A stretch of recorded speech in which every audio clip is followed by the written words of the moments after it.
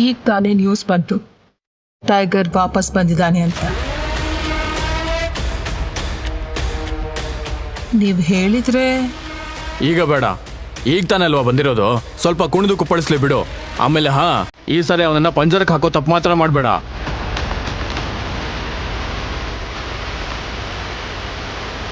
Tiger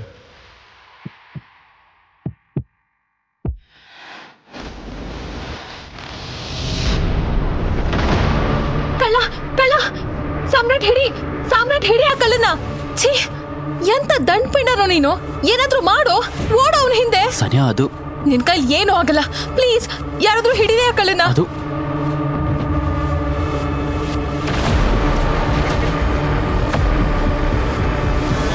ಸಾಕ್ ಮಾಡು ಸಾಮ್ರಾಟ್. ನೆನೆ ಆ ಗಲ್ಲಿ ರೌಡಿ ಬಂದು ನಿನ್ ಹೆಂಡತಿಗೆ ಏನೇನೆಲ್ಲ ಬೈದು ಹೋದ, ನಿನ್ ಬಾಯಿಂದ ಒಂದ್ ಮಾತು ಕೂಡ ಬರ್ಲಿಲ್ಲ. ಇವತ್ತಿದು ನಿನಗ್ ಸ್ವಲ್ಪನಾದ್ರೂ ಗೊತ್ತಿದ್ಯಾ ಫೋನ್ ನನಗೆ ಎಷ್ಟು ಇಂಪಾರ್ಟೆಂಟ್ ಅಂತ? ಯು ನೋ ವಾಟ್, ನಿನ್ನಂತ ಗಂಡ ಇದನ್ನಲ್ಲ ಅಂತ ನಾಚಿಕೆ ಆಗುತ್ತೆ. ನಮ್ಮಪ್ಪ ಮನ್ಸ್ ಮಾಡಿದ್ರೆ ಯಾವ್ದಾದ್ರು ಬಾಲಿವುಡ್ ಸ್ಟಾರ್ ಜೊತೆ ನನ್ನ ಮದ್ವೆ ಮಾಡಿಸ್ತಿದ್ರು. ಆದ್ರೆ ನಮ್ ತಾತ ನಿನ್ನಂತ ಸೋಮಾರಿ ಹೇಡಿ ಜೊತೆ ಯಾಕೆ ನನ್ ಮದ್ವೆ ಮಾಡಿಸಿದ್ರು ಏನೋ. ಓ ಗಾಡ್. ಸಾಮ್ರಾಟ್ ಒಬ್ಬ ಬಡ ಮತ್ತು ಅನಾಥ ಹುಡುಗ. ಅವನ ಮದುವೆ ಶ್ರೀಮಂತ ಮನೆಯ ಮಗಳು ಸಾನ್ಯಾ ಜೊತೆ ಒಂದು ಅನಿವಾರ್ಯ ಪರಿಸ್ಥಿತಿಯಲ್ಲಿ ನಡೆದಿತ್ತು. ಸಾನ್ಯಾಳ ಖರ್ಚು ನೋಡ್ಕೊಂಡು ಅವಳನ್ನ ಖುಷಿಯಾಗಿಡಷ್ಟು ಯೋಗ್ಯತೆ ಸಾಮ್ರಾಟ್ಗೆ ಇರಲಿಲ್ಲ. ಅತ್ತೆ ಮನೆಯಲ್ಲಿ ಅವನಿಗೆ ಕಾಸಿನ ಕಿಮ್ಮತ್ತು ಇರಲಿಲ್ಲ. ಸಾಮ್ರಾಟ್ ಕೆಲಸದವರಿಂದಲೂ ಬಯಸ್ಕೊಳ್ತಿದ್ದ. ಅಯ್ಯೋ ಮನೆ ಅಳಿಯ, ಈಗ ತಾನೇ ನೆಲ ಒರೆಸಿದೀನಿ. ನೀನ್ ನೋಡಿದ್ರೆ ಚಪ್ಪಲಿ ಹಾಕೊಂಡು ನಿಮ್ಮಪ್ಪನ ಮನೆ ಅನ್ಕೊಂಡು ಎಲ್ಲಾ ಕಡೆ ಓಡಾಡ್ತಿದ್ಯಲ್ಲೋ. ಸಾರಿ, ನಾನ್ ನೋಡ್ಲಿಲ್ಲ. ಆದ್ರೆ ನಮ್ಮ ಅಪ್ಪನ ಬಗ್ಗೆ ಮಾತಾಡಕ್ ನಿಂಗೆ ಎಷ್ಟು ಧೈರ್ಯ?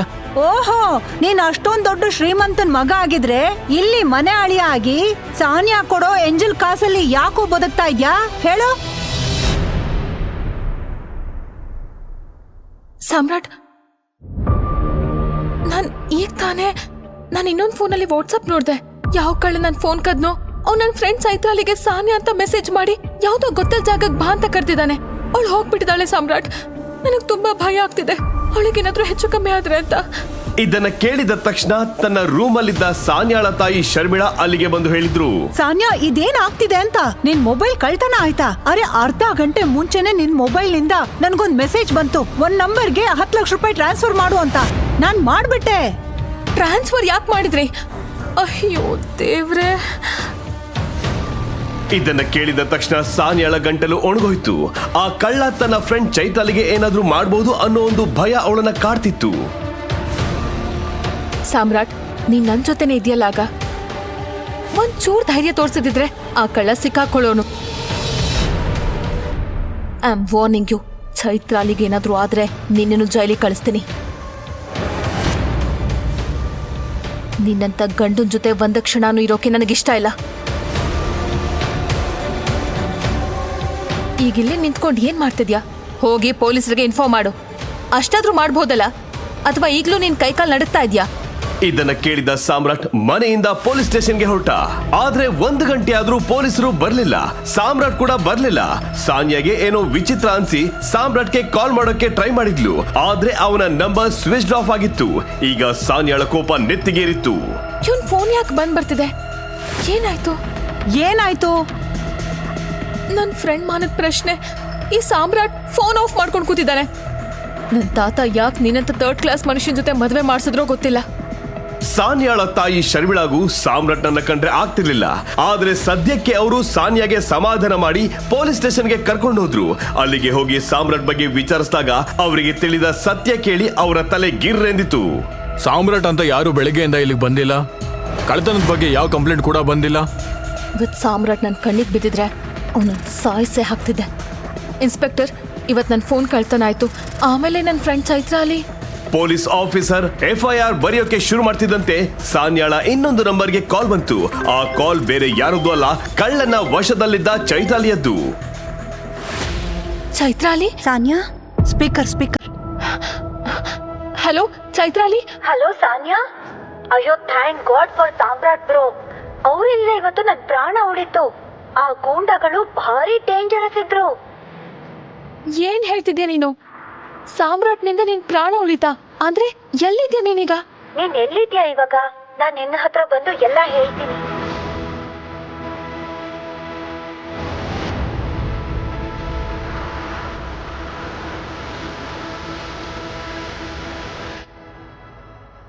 ಕೂತ್ಕೋ ಒಂದ್ ನಿಮಿಷ. ಹೇಗಿದ್ಯಾ ನೀನು? ಏನಾಯ್ತು ಹೇಳ ನನ್ಗೆ. ನಿನ್ ಫೋನನ್ನ ಕದ್ದಿದ್ದವನು ಸಾಮಾನ್ಯ ಕಳ್ಳ ಅಲ್ಲ. ಐ ಆಮ್ ಶೋರ್ ಅವನ್ ದೊಡ್ಡ ಕ್ರಿಮಿನಲ್. ಅವನೊಬ್ಬ ದೊಡ್ಡ ಟೆರರಿಸ್ಟ್ಗೆ ಕೆಲಸ ಮಾಡ್ತಾನೆ. ಆ ಟೆರರಿಸ್ಟ್ ದುಬೈನಲ್ಲಿ ಇರ್ತಾನೆ. ಸರ್, ಐ ಆಮ್ ಶೋರ್ ಅವ್ರದ್ದು ಒಂದು ಹ್ಯೂಮನ್ ಟ್ರಾಫಿಕಿಂಗ್ ದಂಧೆ ಇದೆ. ನಾನು ಅವ್ರ ಕೈಲಿ ಸಿಕ್ಕಾಕೊಂಡಿದ್ದಾಗ ನಾನು ಅವ್ರನ್ನ ಬೇಡ್ಕೋತಿದ್ದೆ, ಪ್ಲೀಸ್ ನನ್ನ ಬಿಟ್ಬಿಡಿ. ನನ್ನ ಫ್ರೆಂಡ್ ಸಾನ್ಯಾ ನನ್ನನ್ನು ಇಲ್ಲಿ ಕರೆದಿದ್ದು. ನನಗೆ ಹೀಗೆಲ್ಲ ಆಗತ್ತೆ ಅಂತ ಗೊತ್ತಿರ್ಲಿಲ್ಲ. ಸಾನ್ಯಾ ತನ್ನ ಗಂಡ ಸಾಮ್ರಾಟ್ ಬಗ್ಗೆ ಏನೋ ಹೇಳೋದಕ್ಕೆ ಕರೆದಿದ್ದಾಳೆ ಅಂತ ಅನ್ಕೊಂಡಿದ್ದೆ. Please please. ಏಯ್ ಹುಡ್ಗಿ, ಯಾರ ಹೆಸರು ಹೇಳ್ತಿದ್ಯಾ? ಯಾರಿದು ಸಾಮ್ರಾಟ್? ಆಮೇಲೆ ಏನಾಯ್ತು ಚೈತ್ರಾಲಿ? ನಾನು ಅವ್ರ ಹತ್ರ ರಿಕ್ವೆಸ್ಟ್ ಮಾಡ್ಕೊಂಡೆ ಒಂದು ಸಾರಿ ನನ್ನ ಫೋನ್ ನಲ್ಲಿ ಸಾಮ್ರಾಟ್ ಬ್ರೋ ಫೋಟೋ ನೋಡಿ ಅಂತ. ಆಮೇಲೆ ಯಾಕೋ ಗೊತ್ತಿಲ್ಲ, ಅವರು ಸಾಮ್ರಾಟ್ ಫೋಟೋ ನೋಡಿ ಗಾಬರಿ ಆದ್ರು. ಬ್ರೋ ಫೋಟೋನ ಝೂಮ್ ಮಾಡಿ ಈ ಉಂಗ್ರ ನನಗ್ ಅರ್ಥ ಆಗ್ಲಿಲ್ಲ. ಆ ಟೆರರಿಸ್ಟ್ಗಳು ತುಂಬಾ ಹೆದರ್ಕೊಂಡಿದ್ರು. ಯಾಕೆ ಹಾಗೆ ಮಾಡಿದ್ರು ಅಂತ ನನಗೆ ಅರ್ಥನೇ ಆಗ್ಲಿಲ್ಲ. ಆದ್ರೆ ಅವರು ನನ್ನ ಬಿಟ್ಬಿಟ್ರು. ಅಯ್ಯೋ ಕತ್ತೆಗಳ, ಟೈಗರ್ ಸರಿ ಗೊತ್ತಾದ್ರೆ ಅವರೇ ನನ್ನನ್ನ ಗುಂಡು ಹೊಡೆದು ಸಾಯಿಸ್ಬಿಡ್ತಾರೆ. Madam bag ತಗೋವಾ. ತಗೊಳ್ಳಿ ಮೇಡಮ್. ಹೋಗಿ ಹೋಗಿ ಹೋಗಿ ಹೋಗು. ವಾಟ್? ಇದು ಹೆಂಗ್ ಸಾಧ್ಯ? ಅಂದ್ರೆ ಯಾವ ಮನುಷ್ಯ ಕಳ್ಳನ ಹಿಂದೆ ಓಡೋಕ್ಕೂ ಹೋಗ್ಲಿಲ್ವೋ? ಅವನು ಈ ಅಂಡರ್ ವರ್ಲ್ಡ್ ಲೆವೆಲ್ ಟೆರರಿಸ್ಟ್ಗೆ ಹೆಂಗ್ ಗೊತ್ತು? ಮತ್ತೆ ಅವನು ಸಾಮ್ರಾಟ್ ನನ್ನ ಟೈಗರ್ ಅಂತ ಯಾಕೆ ಕರೀತಿದ್ದ? ಇವನ್ ಫೋನ್ ಯಾಕೆ ಸ್ವಿಚ್ ಆಫ್ ಬರ್ತಿದೆ? ಎಲ್ಲಿದ್ದಾನ ಇವನು? ಮಮ್ಮಿ, ನನ್ ಗಂಡ ಸಾಮ್ರಾಟ್ ಪವರ್ಫುಲ್ಲಾ? ಅವನ್ ಅಷ್ಟೊಂದು ಪವರ್ಫುಲ್ ಆಗಿದ್ರೆ ನಮ್ ಮನೇಲಿ ಹೀಗೆ ಅವಮಾನ ಸಹಿಸ್ಕೊಂಡು ಮನೆ ಅಳಿಯನಾಗಿ ಯಾಕಿದಾನೆ? ಅಯ್ಯೋ ದೇವ್ರೆ, ನನಗ್ ತಲೆ ಸುತ್ತ ಬರ್ತಿದೆ. ನಿಜವಾಗ್ಲೂ ಸಾಮ್ರಾಟ್ ಟೈಗರ? ಹಾಗಾದ್ರೆ ಸಾಮ್ರಾಟ್ ಯಾಕೆ ಹೇಡಿಯಂತೆ ಇರ್ತಿದ್ದ? ಆಗ ಆ ಕಳ್ಳನನ್ನ ಯಾಕೆ ಹಿಡಿಲಿಲ್ಲ? ಮತ್ತು ಇದೆಲ್ಲಕ್ಕಿಂತ ದೊಡ್ಡ ಪ್ರಶ್ನೆ, ಅಂಡರ್ ವರ್ಲ್ಡ್ ನ ಭಯಾನಕ ಡಾನ್ ಅನ್ನೇ ನಡುಗಿಸೋ ಸಾಮ್ರಾಟ್ ಯಾಕೆ ಅತ್ತೆ, ಕೆಲಸದವರು ಮತ್ತೆ ಹೆಂಡತಿಯಿಂದ ಬೈಗಳು ತಿಂತಿದ್ದ? ಯಾಕೆ ಬಡವ್ರ ತರ ಜೀವನ ನಡೆಸ್ತಿದ್ದ? ಇದೇ ಪ್ರಶ್ನೆ ಸಾನ್ಯಾಳ ತಲೆಯಲ್ಲೂ ಓಡ್ತಿತ್ತು. ಆಗ್ಲೇ ಅವಳ ತಾಯಿ ಶರ್ಮಿಳಾ ಹೇಳಿದ್ರು, ಸಾನ್ಯಾ, ನಾನ್ ಇದನ್ನೆಲ್ಲ ನಂಬೋಕೆ ಆಗಲ್ಲ. ಅರೆ, ಯಾವ ಕೆಲ್ಸಕ್ಕೂ ಬಾರ್ದವನು, ತನ್ ಮೂಗಿನ ಮೇಲೆ ಕೂತಿರೋ ನೊಣ ಓಡ್ಸೋಕ್ಕೂ ಹೆದ್ರವನು. ಅವನಿಗೆ ಟೆರರಿಸ್ಟ್ಗಳು ಯಾಕೆ ಹೆದರ್ತಾರೆ? ಆದ್ರೆ ಈ ಹಾಳಾದವನು ಏನೋ ಮುಚ್ಚಿಡ್ತಾ ಇದ್ದಾನೆ. ಅದನ್ನ ಪತ್ತೆ ಹಚ್ಚಬೇಕು. ಏನಾದ್ರೂ ದೊಡ್ಡ ಅನಾಹುತ ಆಗೋಕ್ಕೂ ಮುಂಚೆ ಕಂಡು ಹಿಡಿಲೇಬೇಕು. ಸಾನ್ಯಾ, ನಡಿ ಮನೆಗೆ. ಮನೇಲಿ ಹೊದ್ಕೊಂಡು ಮಲ್ಗಿರ್ತಾನೆ. ನಡಿ. ಸಾನ್ಯಾ ಮತ್ತು ಅವಳ ತಾಯಿ ಶರ್ಮಿಳಾ ಮನೆಗೆ ಬಂದ್ರು. ಆದ್ರೆ ಅಲ್ಲೂ ಸಾಮ್ರಾಟ್ ಇರ್ಲಿಲ್ಲ. ಮಾ, ಈ ಸಾಮ್ರಾಟ್ ಎಲ್ ಸತ್ತ? ಸಾಮ್ರಾಟ್ನ ನಿಜವಾದ ಮುಖ ಯಾವುದು ಅಂತ ಯೋಚಿಸ್ತಾನೆ ಸಾನ್ಯಾ ಇಡೀ ರಾತ್ರಿ ಕಳೆದ್ಲು. ಅವಳು ಸುಮಾರು ಸಲ ಸಾಮ್ರಾಟ್ಗೆ ಫೋನ್ ಮಾಡೋಕೆ ಟ್ರೈ ಮಾಡಿದ್ಲು. ಅವಳಿಗೆ ಏನೇನೋ ಯೋಚನೆಗಳು ಬರ್ತಿದ್ವು. ಸಾಮ್ರಾಟ್ಗೆ ಏನಾದ್ರೂ ಆಯ್ತಾ? ಅಥವಾ ಸಾಮ್ರಾಟ್ ಒಬ್ಬ ಟೆರರಿಸ್ಟಾ? ಅಥವಾ ಡಾನ್ ಇರ್ಬೋದಾ? ಬೆಳಿಗ್ಗೆ ಸಾಮ್ರಾಟ್ ವಾಪಸ್ ಬಂದ ತಕ್ಷಣ ಸಾನ್ಯಾ ಅವನ ಜೊತೆ ಮಾತಾಡ್ಬೇಕು ಅಂದ್ಕೊಂಡ್ಲು. ಚೈತ್ರಾಲಿ ಹೇಳಿದ್ದು ನಿಜನಾ ಅಥವಾ ಅದು ಅವಳ ತಪ್ಪು ತಿಳುವಳಿಕೆನಾ ಅಂತ ತಿಳಿಬೇಕಿತ್ತು.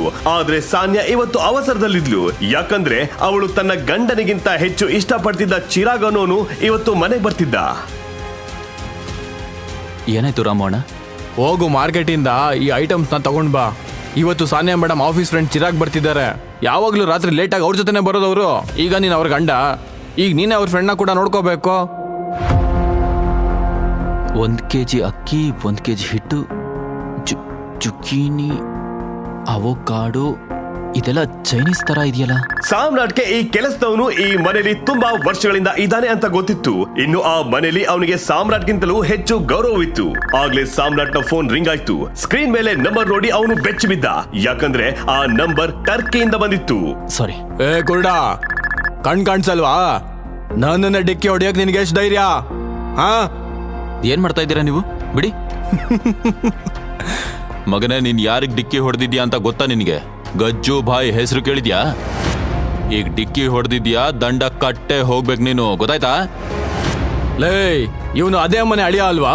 ಕೋಟ್ಯಾಧಿಪತಿ, ಸುಂದರ ಹೆಂಡತಿ ಇರೋನು. ಒಂದ್ ಕೆಲ್ಸ ಮಾಡೋಣ ರಾಜ, ಇವತ್ತು ಇವನ್ನ ಕಿಡ್ನಾಪ್ ಮಾಡ್ಬಿಡೋಣ. ಅದೇ ನೆಪದಲ್ಲಿ ಅವನ್ ಹೆಂಡತಿನ ನಮ್ಮ ಅಡ್ಡ ಕರ್ಸ್ಕೊಳ್ಳೋಣ. ಇಡೀ ರಾತ್ರಿ ಪಾರ್ಟಿನೇ ಪಾರ್ಟಿ. ಸಾಮ್ರಾಟ್ನ ಫೋನ್ ಮತ್ತೆ ರಿಂಗ್ ಆಯ್ತು. ಪದೇ ಪದೇ ಫೋನ್ ರಿಂಗ್ ಆಗೋದನ್ನು ನೋಡಿ ಗಜ್ಜು ಸಾಮ್ರಾಟ್ನಿಂದ ಫೋನ್ ಕಸಿದ್ಕೊಂಡ್ಬಿಟ್ಟ. ಫೋನ್ ಕೊಡು, ಏನೇ ಮಾಡು ಫೋನ್ ಮಾತ್ರ ಎತ್ಬೇಡ. ನಿನ್ ಹುಡುಗಿದ ಫೋನು ಹೇಳಿದ್ನಲ್ಲ ದಂಡ ಕೊಡ್ಬೇಕು ಅಂತ. ಅರೆ ನಾನು ಕೇಳಬೇಕಲ್ಲ ಅವಳ ಇಂಪ ಧ್ವನಿನ. ಕೇಳಲಾ? ಏನ್ ಹೆಸರು ಹೇಳ್ದೆ? ಸಾನ್ಯಾ. ನೋಡು ಫೋನ್ ಎತ್ಬೇಡ.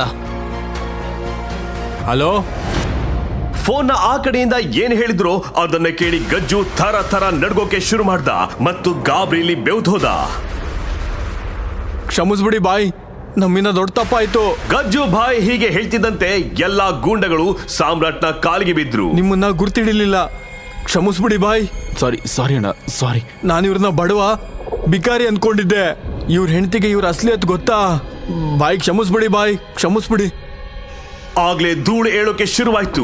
ಎಲ್ಲರೂ ಆಕಾಶದ ಕಡೆ ನೋಡಿದ್ರು. ಒಂದು ಹೆಲಿಕಾಪ್ಟರ್ ಕೆಳಗೆ ಏಳಿತಾ ಇತ್ತು. ಆ ಹೆಲಿಕಾಪ್ಟರ್ ಅಲ್ಲಿಗೆ ಯಾಕೆ ಬಂತು? ಯಾಕೆ ಆ ಗೂಂಡಗಳು ಸಾಮ್ರಾಟ್ನ ಕಾಲ್ ಹಿಡಿದ್ರು? ಟರ್ಕಿಯಿಂದ ಬಂದ ಕಾಲ್ಗೂ ಸಾಮ್ರಾಟ್ಗೂ ಏನ್ ಸಂಬಂಧ? ಮಾರನೇ ದಿನ ಸಾನ್ಯಾಳ ತಾಯಿ ಶರ್ಮಿಳಗೆ ಬಂದ ನ್ಯೂಸ್ನಿಂದ ಇಡೀ ಮನೆಯೇ ಅಲ್ಲೋಲ ಕಲ್ಲೋಲವಾಯ್ತು. ಶರ್ಮಿಳಾ ಮೇಡಮ್, ಯಾವ ಬಡ ಮನೆ ಅಳಿಯ ಸಾಮ್ರಾಟ್ನಿಂದ ನೀವು ಪಾತ್ರೆ ತೊಳಸ್ತಿದ್ರು? ಅವನು ಪ್ಲೇನ್ನ ಹೈಜಾಕ್ ಮಾಡಿ 200 ಕೋಟಿ ರೂಪಾಯಿ ಕೇಳ್ತಿದ್ದಾರೆ. ಏನು, ನಮ್ ಮಳಿಯನ್ ಪ್ಲೇನ್ ಹೈಜಾಕ್ ಆಯ್ತಾ? ಇದಕ್ಕಿಂತ ದೊಡ್ಡ ಖುಷಿ ನ್ಯೂಸ್ ಇನ್ನೇನ್ ಬೇಕು ನನ್ಗೆ? ನಾನ್ ಅವನಿಗೋಸ್ಕರ 200 ರೂಪಾಯಿನೂ ಕೊಡಲ್ಲ. ಆದ್ರೆ ಅವನನ್ನ ಉಳಿಸ್ಕೊಳ್ಳೋದಿಕ್ಕೆ 200 ಕೋಟಿನ ಯಾರು ಯಾಕೆ ಕೇಳ್ತಾ ಇದಾರೆ ಗೊತ್ತಾಗ್ತಾ ಇಲ್ಲ. ನಿನ್ನೆವರೆಗೂ ಕೆಲಸದವರಿಂದ ಬೈಗಳು ತಿಂತಿದ್ದ ಹೆಂಡತಿಯ ಎಂಜಲು ಕಾಸಲ್ಲಿ ಮನೆ ಅಳಿಯನಾಗಿ ಬದುಕ್ತಿದ್ದ 100 ರೂಪಾಯಿ ಶರ್ಟ್ ಹಾಕ್ತಿದ್ದ ಅದೇ ಸಾಮ್ರಾಟ್ಗೋಸ್ಕರ ಯಾರಾದ್ರೂ 200 ಕೋಟಿ ಹಣವನ್ನ ಯಾಕೆ ಕೊಡ್ತಾರೆ? ಸಾನ್ಯಾ, ಕೇಳಿದ್ಯಾ ಸಾಮ್ರಾಟ್ ಬಗ್ಗೆ? ಅಮ್ಮ, ನನಗೆ ಸಾಮ್ರಾಟ್ ಮೇಲೆ ಮೊದಲಿಂದನೂ ಡೌಟ್ ಇತ್ತು. ನಿಮ್ಗೆ ನೆನ್ಪಿದ್ಯಾ ಚೈತ್ರಾಲಿನ ಯಾವ ಟೆರರಿಸ್ಟ್ಗಳು ಕಿಡ್ನಾಪ್ ಮಾಡಿದ್ರು? ಅವ್ರು ಅವಳನ್ನ ಬಿಟ್ಟಿದ್ದು ಕೂಡ ಇದೇ ಸಾಮ್ರಾಟ್ಗೋಸ್ಕರ. ನಿನ್ನೆ ಅವನಿಗೆ ಟರ್ಕಿಯಿಂದಲೂ ಕಾಲ್ ಬರ್ತಿತ್ತು. ನಾನು ಸ್ಪ್ಯಾಮ್ ಕಾಲ್ ಇರಬೇಕು ಅಂತ ಸುಮ್ಮನಾದೆ. ರಾಮು ಅಣ್ಣ ಅವನನ್ನ ಮಾರ್ಕೆಟ್ ಕಳ್ಸಿದ್ಮೇಲೆ ಅವ್ನು ವಾಪಸ್ ಬರಲೇ ಇಲ್ಲ. ಹಾಗೆ ಅಮ್ಮ, ಒಂದ್ ವಿಷಯ ಅರ್ಥ ಆಗ್ತಿಲ್ಲ. ಈ ಬಿಕಾರಿ ಸಾಮ್ರಾಟ್ನಲ್ಲಿ ಹೈಜಾಕರ್ಗಳಂಥದ್ದು ಏನ್ ಕಂಡ್ರು ಅಂತ ಎಲ್ರೂನು ಬಿಟ್ಟು ಅವನನ್ನೇ ಯಾಕೆ ಹಿಡ್ದಿದ್ದಾರೆ? ಡಿಮ್ಯಾಂಡ್ ಮಾಡಿದ್ ಎಷ್ಟು? 200 ಕೋಟಿ. ನನ್ಗನ್ಸುತ್ತೆ ಸಾಮ್ರಾಟ್ ಅವ್ರ ಹತ್ರ ಹೇಳಿರ್ಬೇಕು, ನೋಡಿ ಅಣ್ಣ, ನಮ್ಮ ಅತ್ತೆ ಮನೆಯವ್ರ ಹತ್ರ ಕೋಟಿ ಗಟ್ಲೆ ಆಸ್ತಿ ಇದೆ ಅಂತ. ಸಾನ್ಯಾ ಮೇಡಮ್, ಅವ್ರಿಗೆ ಏನು ಗೊತ್ತಿಲ್ಲ. ಅವರು ಸುಮ್ಮನೆ ಕೂತಿದ್ದಾರೆ. ಆದ್ರೆ ಹೈಜಾಕ್ ಮಾಡಿದವರು ಅವ್ರನ್ನ ಹಿಡಿದು ಬಿಟ್ಟಿದ್ದಾರೆ. ಅವ್ರಿಗೆ 200 ಕೋಟಿ ಸಿಗ್ಲಿಲ್ಲ ಅಂದ್ರೆ ಸಾಮ್ರಾಟ್ನ ಕೊಂದು ಹಾಕ್ತೀವಿ ಅಂತಿದ್ದಾರೆ. ಅಳಿಯ ಅಂತ ಪೂರ್ತಿ ಆಸ್ತಿನೇ ಅವನಿಗೆ ಬರ್ದ್ಕೊಡಕ್ಕಾಗತ್ತಾ? ಸಾಯ್ಲಿ ಬಿಡು, ಒಳ್ಳೇದಾಯ್ತು. ಸಾನ್ಯಾ ಜೀವನದಿಂದ ಪೀಡೆ ತೊಲಗ್ತು ಅನ್ಕೊಳ್ಳೋಣ. ಶರ್ಮಿಳಾ ಟಿವಿ ರಿಮೋಟ್ ತಗೊಂಡ್ರು. ನ್ಯೂಸ್ ಚಾನೆಲ್ ಹಾಕಿದ ತಕ್ಷಣ ಟಿವಿಲಿ ಬಂದ ನ್ಯೂಸ್ ಕೇಳಿ ಎಲ್ಲರೂ ದಂಗಾದ್ರು. ಮುಂಬೈನಿಂದ ಟರ್ಕಿಗೆ ಹೋಗ್ತಿದ್ದ ಫ್ಲೈಟ್ ಅನ್ನ ಹೈಜಾಕ್ ಮಾಡಿ ಸಾಮ್ರಾಟ್ ಎಂಬ ವ್ಯಕ್ತಿಯನ್ನ ಒತ್ತೆಯಾಳಾಗಿ ಇರಿಸಲಾಗಿತ್ತು. ಈಗ ಬರ್ತಿರೋ ನ್ಯೂಸ್ ಪ್ರಕಾರ 200 ಕೋಟಿ ರೂಪಾಯಿಗಳ ಬೇಡಿಕೆಯ ಬದಲು ಹೈಜಾಕರ್ಗಳಿಗೆ ಯಾರೋ 500 ಕೋಟಿ ರೂಪಾಯಿ ಕೊಟ್ಟಿದ್ದಾರೆ. ಅದೇ ಸಮಯದಲ್ಲಿ ಫ್ಲೈಟ್ ಒಳಗಿನಿಂದ ಗುಂಡಿನ ಸದ್ದು ಕೇಳಿ ಬಂದಿದೆ. ಹಣ ಪಡೆದು ಸಾಮ್ರಾಟ್ನನ್ನ ಕೊಲ್ಲಲಾಗಿದೆಯೇ? ಈ ಪ್ರಶ್ನೆಯ ಉತ್ತರಕ್ಕಾಗಿ ಇಡೀ ದೇಶ ಕಾಯ್ತಾ ಇದೆ. ಈ ನ್ಯೂಸ್ ಕೇಳಿ ಸಾನ್ಯಾ ಮತ್ತು ಶರ್ಮಿಳಾ ಅವರ ಕಣ್ಣುಗಳು ಅರಳಿದ್ವು. ಸಾನ್ಯಾ ಗಲಿಬಿಲಿಯಿಂದ ಹೇಳಿದ್ಲು, ಈ ಸಾಮ್ರಾಟ್ಗೋಸ್ಕರ 500 ಕೋಟಿ ಯಾರು ಕಳ್ಸಿದ್ದು? ನಮ್ ಹತ್ರ ಅಷ್ಟು ದುಡ್ಡಿಲ್ಲ. ಈ ಸಾಮ್ರಾಟ್ ಯಾವಾಗ ಇಷ್ಟೊಂದು ಇಂಪಾರ್ಟೆಂಟ್ ಆದ? ಜನ ಅವನಿಗೋಸ್ಕರ ಕೋಟಿಗಟ್ಲೆ ಸುರಿಯೋಕೆ ಅದ್ಯಾಕ್ ರೆಡಿ ಆಗಿದ್ದಾರೆ? ಸಾನ್ಯಾ, ಪತ್ತೆ ಹಚ್ಚು ಯಾರವನು ಅಂತ. ಬಡವ ಮತ್ತೆ ಅನಾಥನಾಗಿದ್ದ ಸಾಮ್ರಾಟ್ಗಾಗಿ ಇಷ್ಟು ಹಣ ಕಳ್ಸಿದ್ದು ಯಾರು? ಫ್ಲೈಟ್ ಒಳಗೆ ಹಾರಿದ ಗುಂಡಿಗೆ ಸಾಮ್ರಾಟ್ ಸತ್ತು ಹೋದ. ಟರ್ಕಿಯಿಂದ ಸಾಮ್ರಾಟ್ಗೆ ಕಾಲ್ ಮಾಡಿದವರು ಯಾರು? ಯಾವುದೇ ಕಾರಣಕ್ಕೂ ನಮ್ಮಿಂದ ಶ್ರೀಮಂತ ಮತ್ತೆ ಪವರ್ಫುಲ್ ಜೊತೆಗೆ ಚಿನ್ನದ ಮೊಟ್ಟೆ ಇಡೋ ಕೋಳಿ ಯಾವತ್ತೂ ಕೈ ತಪ್ಪಿ ಹೋಗ್ಬಾರ್ದು. ಅವ್ನ್ ಸಿಗ್ಲಿಲ್ಲ ಅಂದ್ರೆ ಈ ರಹಸ್ಯಗಳಿಗೂ ಉತ್ತರ ಸಿಗಲ್ಲ. ಸಾಮ್ರಾಟ್ ಸರ್ ಬದುಕಿರ್ತಾರೆ ಸಾನ್ಯಾ ಮೇಡಮ್. ಇಷ್ಟೊತ್ತಿಗೆ ಅಲ್ಲಿ ಗುಂಡು ಹಾರ್ಸಾಗಿರುತ್ತೆ. ಅವ್ನ ಹೆಣನೂ ಸಿಗಲ್ಲ. ಚಿಂದಿ ಆಗಿರುತ್ತೆ ಅವನ ದೇಹ. ನೀವೆಲ್ಲ ತಪ್ಪು ತಿಳ್ಕೊಂಡಿದ್ದೀರಾ. ನಿಮ್ಗೆ ಸಾಮ್ರಾಟ್ ಸರ್ ಬಗ್ಗೆ ಗೊತ್ತೇ ಇಲ್ಲ. ಶಡಾಪ್, ನೀನ್ ನಮ್ ಮ್ಯಾನೇಜರ್. ಈ ವಿಷಯ ಮರಿಬೇಡ. I have proof madam. ಇದನ್ನ ನೋಡಿ. ಇದ್ರಲ್ಲಿ ಯಾರ ಹೆಸರು ಇಲ್ವಲ್ಲ? What non sense. ಇದು ಸಾಮ್ರಾಟ್ ಸರ್ ಫೈಲ್. ಕಳೆದ ವಾರ ತರಕಾರಿ ಮಾರ್ಕೆಟಿಂದ ಬರುವಾಗ ಗಾಡಿಲಿ ಬಿಟ್ಟು ಹೋಗಿದ್ರು. ಆ ಅಬೇಪಾರಿ ಯೋಗ್ಯತೆಗೆ 1 ರೂಪಾಯಿನೂ ಇರಲ್ಲ, ನೋಡ್ಕೋ. ಶರ್ಮಿಳಾ ಫೈಲ್ ತೆರೆದು ಓದೋಕೆ ಶುರು ಮಾಡ್ತಾಳೆ. ಆ ಫೈಲ್ ನಲ್ಲಿ ಏನಿತ್ತೋ ಅದನ್ನು ನೋಡಿ ಶರ್ಮಿಳಾ ಅವರ ಮೈ ನಡ್ಗೋಕೆ ಶುರುವಾಗುತ್ತೆ. ಅವರು ಗಾಬ್ರಿಲಿ ಸಾನ್ಯಾಗೆ, ಸಾನ್ಯಾ, ನಮ್ಮಿಂದ ದೊಡ್ಡ ತಪ್ಪಾಗೋಯ್ತು. ನೀನ್ ಈಗ್ಲೇ ಸಾಮ್ರಾಟ್ಗೆ ಕಾಲ್ ಮಾಡಿ ಮೊದ್ಲು ಕ್ಷಮೆ ಕೇಳು. ಇಲ್ಲ ಅಂದ್ರೆ ನಾವೆಲ್ಲ ಸತ್ತು ಹೋಗ್ತೀವಿ. ನಮ್ಗೆ ಸಾಮ್ರಾಟ್ ಅಸಲಿ ಅತ್ತು ಗೊತ್ತೇ ಆಗ್ಲಿಲ್ಲ. ಸಾನ್ಯಾ, ಕಾಲ್ ಮಾಡು. ಒಂದ್ ನಿಮಿಷ. ಏನದು ಸಾಮ್ರಾಟ್ನ ಸತ್ಯ? ಇದ್ರಲ್ಲಿ ಅಂಥದ್ದೇನಿದೆ? ಯಾರಾದ್ರೂ ಹೇಳ್ತೀರಾ ಇದ್ರಲ್ಲಿ ಏನಿದೆ ಅಂತ? ಕಾಲ್ ಮಾಡು. ಹಾಗಾದ್ರೆ ಆ ರೆಡ್ ಫೈಲ್ ನಲ್ಲಿ ಶರ್ಮಿಳಾ ಅವರನ್ನ ಬೆಚ್ಚಿ ಬೀಳಿಸುವಂತದ್ದು ಏನಿತ್ತು? ಬಡವ ಮತ್ತು ಅನಾಥನಾಗಿದ್ದ ಸಾಮ್ರಾಟ್ಗಾಗಿ ಅಷ್ಟೊಂದು ಹಣವನ್ನ ಕೊಟ್ಟವರು ಯಾರು? ಒಬ್ಬ ಟೆರರಿಸ್ಟೇ ಭಯದಿಂದ ನಡುಗಿ ಹೋಗಿದ್ಯಾಕೆ? ಮತ್ತೆ ಹೇಡಿಯಂತೆ ಜೀವನ ನಡೆಸ್ತಿದ್ದ ಸಾಮ್ರಾಟ್ನ ಜೀವನ ಮತ್ತೆ ಅವನ ರೋಚಕ ಕಥಾನಕದಲ್ಲಿ ಮುಂದೆ ಏನಾಗುತ್ತೆ? ಇನ್ನು ಎಷ್ಟು ರಹಸ್ಯಗಳು ಹೊರಬರಲಿವೆ? ಈ ಎಲ್ಲಾ ಪ್ರಶ್ನೆಗಳಿಗೂ ಉತ್ತರ ಬೇಕಾ? ಈಗಲೇ ಡೌನ್ಲೋಡ್ ಮಾಡಿ ಪಾಕೆಟ್ FM ಮತ್ತು ಕೇಳಿ ದೇಶ ವಿದೇಶದಲ್ಲಿ ಫೇಮಸ್ ಆಗಿರೋ ಟೈಗರ್ ರಿಟರ್ನ್ಸ್ ಅನ್ನೋ ಮೈ ನವಿರೇಳಿಸೋ ಕಥೆಯನ್ನ.